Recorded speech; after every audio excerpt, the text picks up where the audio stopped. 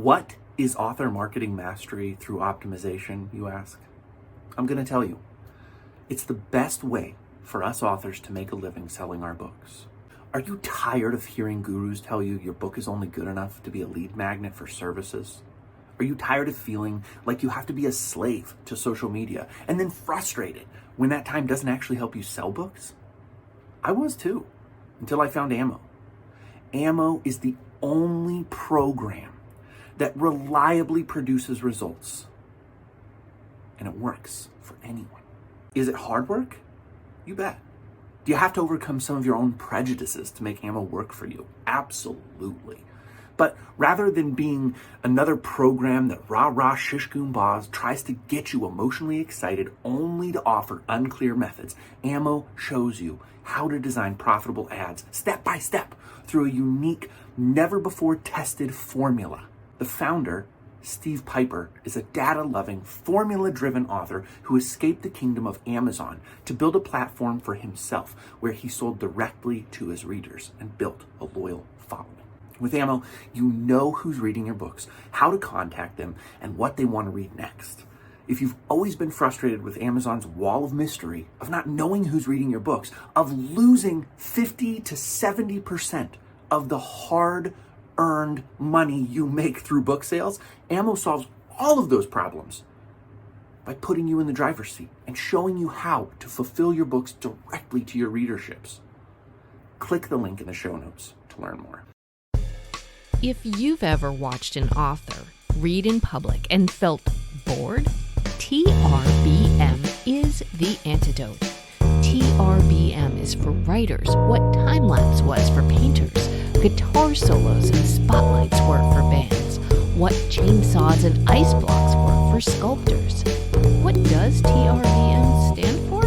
The risky and bumbling memoirist, tangentially reverent Bible magnate, that renowned Bangor man.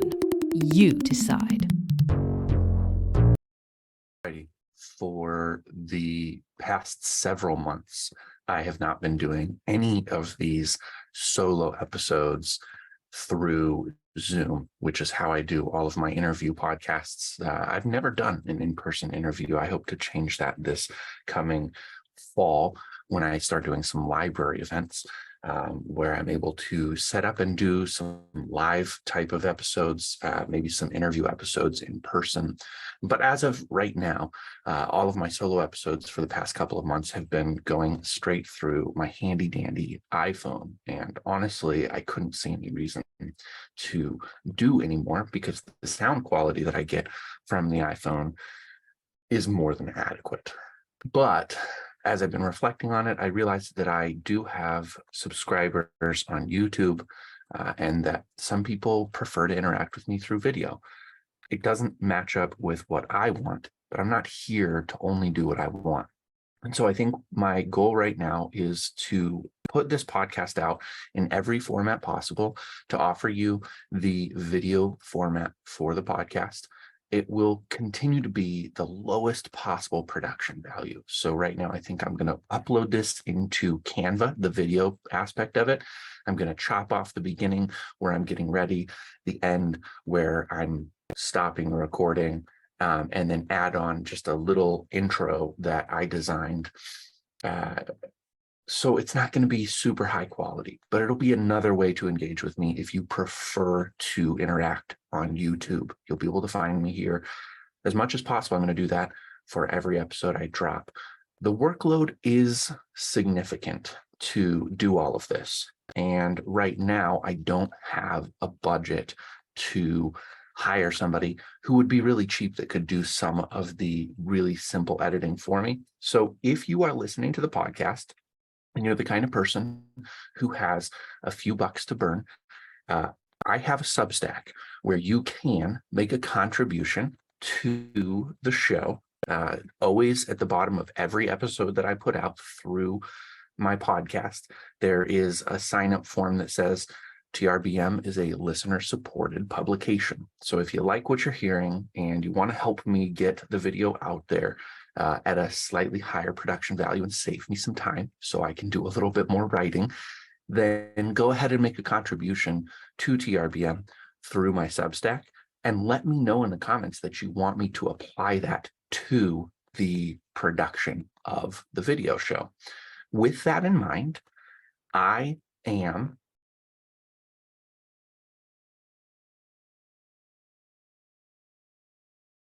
see, this is the problem with video. In audio, I could just cut this out. I don't know how to do it on video. Okay, with that in mind, pause. I got it. Okay, with that in mind, I wanted to encourage you, if you are listening to this podcast, there is a link in the show notes, no matter where you're finding me, that you can navigate to Substack. I encourage you, in the strongest possible terms, sign up for the Substack newsletter. You get 2 emails a week because I release 2 podcasts a week. In those emails, you get long form notes and content that is designed specifically for the listener. And what ends up happening inside of Substack when you listen to the show and interact through Substack is you see a conversation of people who are on this journey with me. Frequent contributors would be my co-host, Rich Hosek, one of my close friends and beta readers and all kinds of things, Heather O'Brien. There are numerous others. Corey will frequently comment. There's a lot of value that gets added in. And if you comment, you become part of the conversation. And this podcast is a billion times better the more people who interact. Right now, there's not a ton of you, but there are some of you. I still get the occasional email from you, and I'd love to hear those things in the comments because we can all benefit. We can use this kind of like a really beefed up version of a Facebook group. I don't have a Facebook group that's very active. I don't plan to build that out right now. And now I've come to the end. I'm imploring you to join the Substack. And if you have any extra cash laying around and you want to support some editing for the video portion of the YouTube podcast, feel free to contribute through Substack. You can email me at jodyjsperling@gmail.com if you have questions on how to do that and you can't find any links in the show notes that work. Okay, so now diving into the meat of this episode, as I said before, I'm going to be giving you the information about what I am doing for my library strategy as I'm working on it. Some weeks I have more time to do it. Other weeks I have a little less time to do it. I feel like this week my brain space was not exactly where I wanted it to be. I was struggling trying to figure out some ad stuff for the ammo program. And also we were going for, like, my wife and I were going for a dog walk. We're watching my aunt's dog and we just inherited my grandma's cat. So a lot of things mentally going on. And I was telling my wife as we were walking the dogs late at night that I felt, maybe for the first time, like there are too many bridges for one human being to build. So if you ever can relate to that, want to just toss that in there and say, with ammo and trying to design ads with libraries and trying to pitch libraries with all of the local events that I want to do, all of those things take a completely different brain component. To walk into Jake's and ask the owner if they're interested in partnering with me for books for brews, that takes a completely different human quality than researching what libraries work with self-published authors or composing an email that I might be able to use.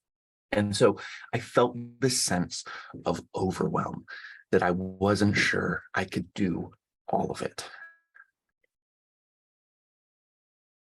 And yet you push forward, you carry forward. If you move the bridge or build one plank, I don't know what the right metaphor is, but if you do just a little bit more, then you're going to eventually get somewhere that's worth going.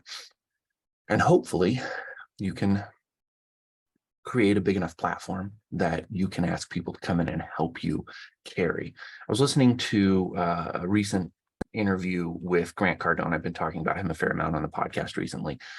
Lewis House The School of Greatness is Lewis's podcast. I enjoy it, not always, but especially the episodes with Grant. I think the two of those guys put together amazing conversations that bridge the introspective, what it's like to be successful, with the challenge yourself to do more than you ever believed you could. So I was listening to that while I was doing a little bit of kind of grunt work that I could multitask with this week. And I think that I've lost my train of thought. It's going to be impossible to make video podcasts. I know I can edit out all of this stuff if I am doing it on audio, but I don't know how to do it with video. I guess I'll bridge that by saying I'm really scared of learning new things, trying to add yet another element in. Oh, it's probably an easy fix to edit video, and I just don't know it. Right now, I'm thinking about using Canva. If I haven't said that already, I thought maybe if I upload this into Canva, then I could edit the video in the middle too. So perhaps by the time this comes out, you won't even hear some of this stuff. Anyway,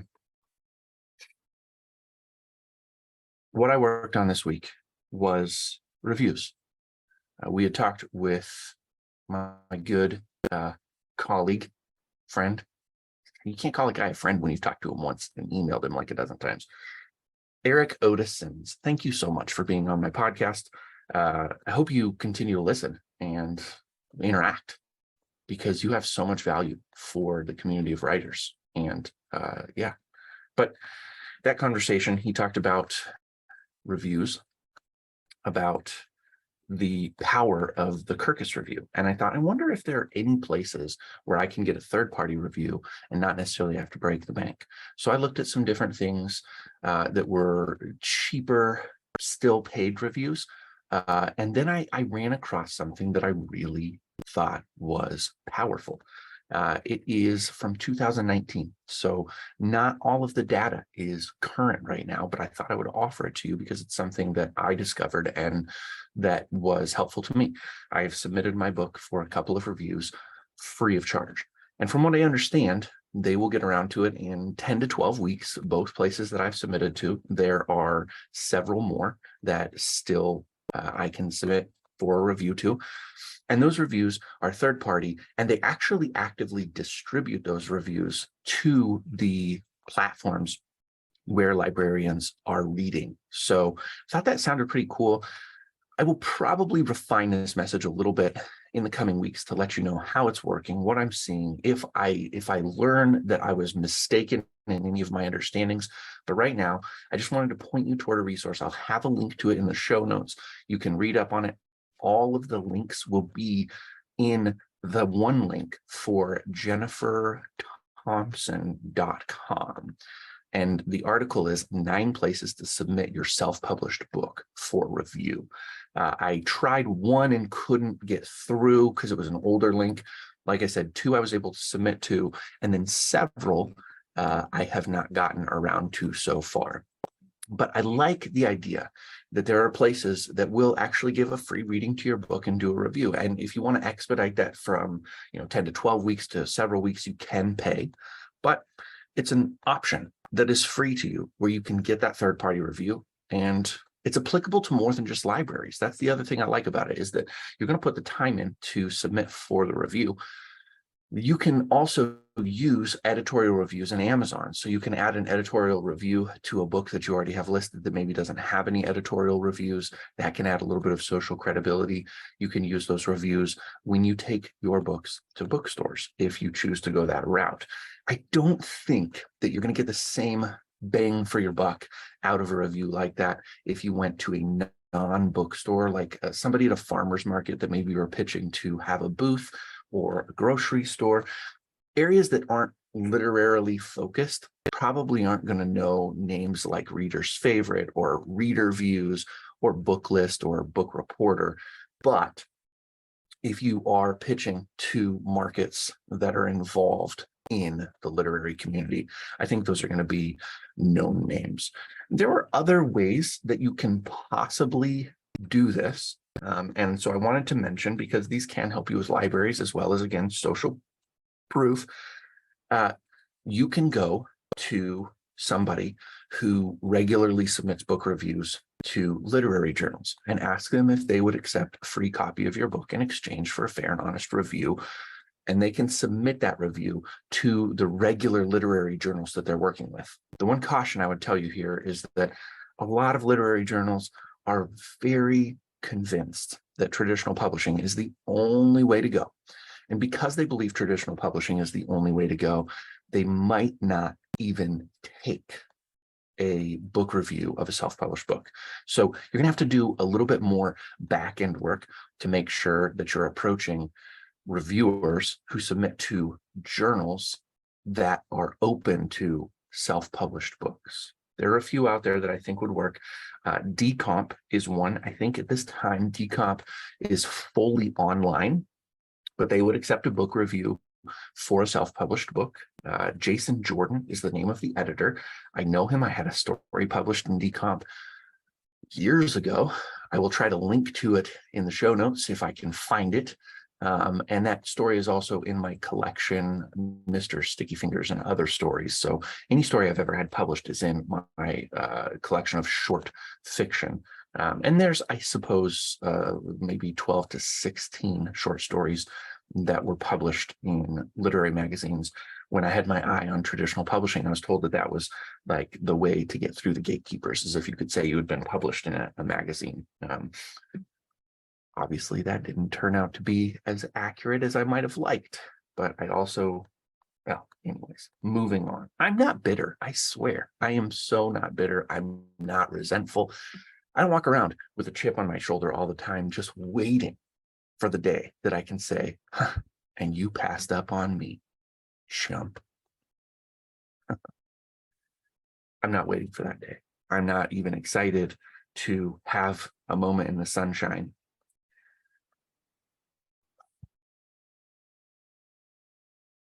It is Friday for me. When you hear this, it will obviously be Monday. It's always Monday.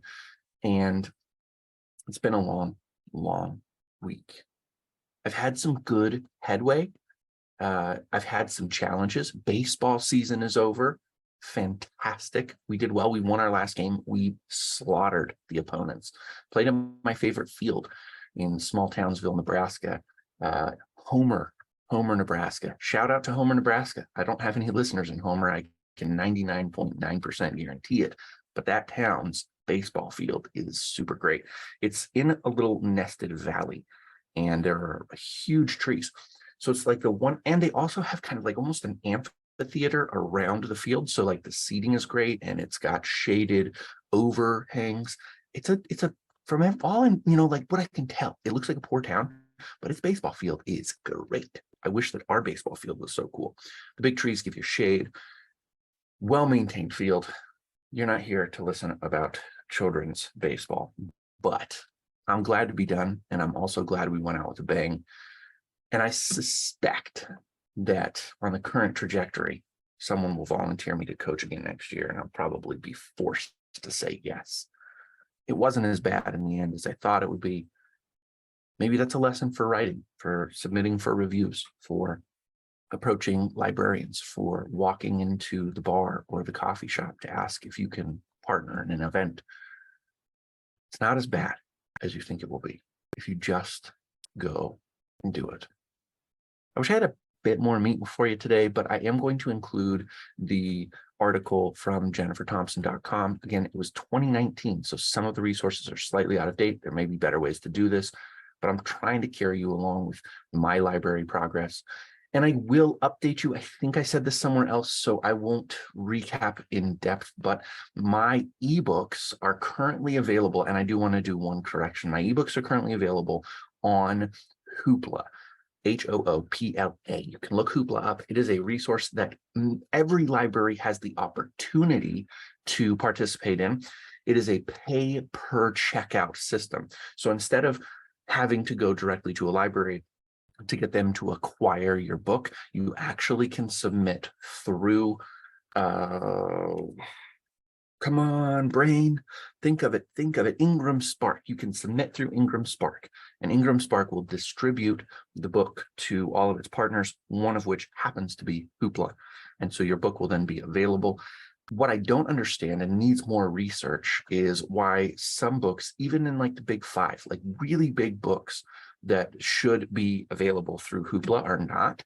And I do wonder if there is a component at which, if a book is uber famous, then a library may choose to make that book unavailable through Hoopla. That may be like an on-site decision, and you don't have to worry about it, because I remember trying to listen to Tomorrow and Tomorrow and Tomorrow. Can't remember her name. It's a good book. It's worth reading. Not everything about it is to my tastes, but it was good. And I mean, wildly popular. Somebody mentioned loving it on a late night TV show, and it just went kapowie through the atmosphere. Really big deal. Zafon, I think, is the last name, or something with a Z. Zaffin. Anyways, that book at any library through Libby, Libby, which is an extension of Overdrive, another digital catalog available to library patrons. You could be listening to books or reading ebooks for free, people. If you're paying Audible or you're paying me through a Facebook ad to buy my books, great, thank you. I love the support. And if you want to own the book forever and kind of read at your own pace and not have 14 or 21 days to get through a book, all great reasons to buy a book. But if you're on a budget and you love reading, I mean, 95% of all the reading I do is through the library and these digital resources. I really love digital resources. I couldn't afford to read the amount of books I read. If you're friends with me on Goodreads, you know I'm a fairly prolific reader, and a lot of that is audiobooks. So if you don't count that as reading, well, it's still pumping stories into my brain that have helped me tell better stories. So it's worth something. Anyway, you can just submit your books through Ingram Spark, and they'll be distributed to Hoopla. And unless you're the Gabrielle Zafon, pretty sure is her name, tomorrow, you're going to be found in every library that is a participant in the Hoopla program. Not all libraries are. Omaha is, Lincoln's not. I said I wasn't going to go so into depth, but apparently I am. And then the other one that I would mention, I think I've mentioned before, and we'll go into more depth later, is Findaway Voices. If you have audiobooks, submit to Findaway Voices. Mass distribution, you would end up in Hoopla. You may even end up in the Overdrive catalog, where then all you have to do is mobilize your communities and have them request the book. Because I would say, more often than not, a digital request for a book on the Libby app. And so, hey, let's dive into this. This is cool. If you're watching on YouTube, and I can cut this out of the audio, but if you're watching on YouTube, I'll show you what these look like. Okay, so right here is Libby. It's on this side, and Hoopla is right next to it. Those are apps. So if I go to my Libby, then right now I am reading Emily Henry, Book Lovers. There it is. And I check that out, and I can just listen to the audiobook through Libby. There was somewhere I was going with that. At any rate, Findaway Voices will distribute those books. You can use that Libby app that I just showed you, and if your library allows requests digitally, then you can just push a notification. There's a little bell that you push that says you're requesting that book. That was how I got my ebooks bought. I personally requested my own books from the Omaha Public Library as ebooks, and they bought both of them at 200% cost, which was super great. And now those books have 8 holds and 2 holds respectively, just because I posted and said, hey, in a local Omaha group called 500 Millennials, something along those lines. I found the group. It was local to Omaha. It was called Millennials. And I thought, you know what? I just recently heard a stat from Eric Otis Simmons that millennials love libraries. So I asked, hey, if you have a library card, my book is at the Omaha Public Library. And if you would just so graciously place a hold on it, even if you don't plan to read it, that hold alone will help me make an impression on the library. And it could have a dramatic impact on the rest of my career as an author. Small output of energy for you, massive return for me. And I believe that's true. So I'll be following up with Omaha Public Library to figure out what the next step is. But with 8 holds, maybe they'll buy a second copy of the book, and then they'll forever have 2 copies of my book. That's cool momentum. I don't know. Okay, so reviews, Hoopla, Libby. social proof. What is your homework for this week? Your homework for this week is to check out jenniferthompson.com. Submit your book for one review. It's free. If you feel like your book is ready for a review, the one that I sent to, I believe was, let me see. I think it was Reader's Favorite. It's either Reader's Favorite or Reader Views. Again, link in the show notes. So look it up. Reader's Favorite or Reader Views explicitly says you can submit an unpublished manuscript that they will read and review, so that you actually have that ready ahead of time to publish on any of your Amazon pages or anything like that. You can also get the review if the book's been out for a long time. So submit a book. That is your homework for this week. If you have a book, submit the book. If you are published traditionally, like my friend Heather, you can still submit your book. You may have to have your editor do that for you, but you ultimately shouldn't have to, since review copies help everyone out. Just maybe run it by your editor if you're traditionally published, but you can still submit to these contests. They will read them. If you want to pay to expedite, you can. You don't have to. And that's it. That is your action item for the week. Go out there, get some awesomeness going. Thank you.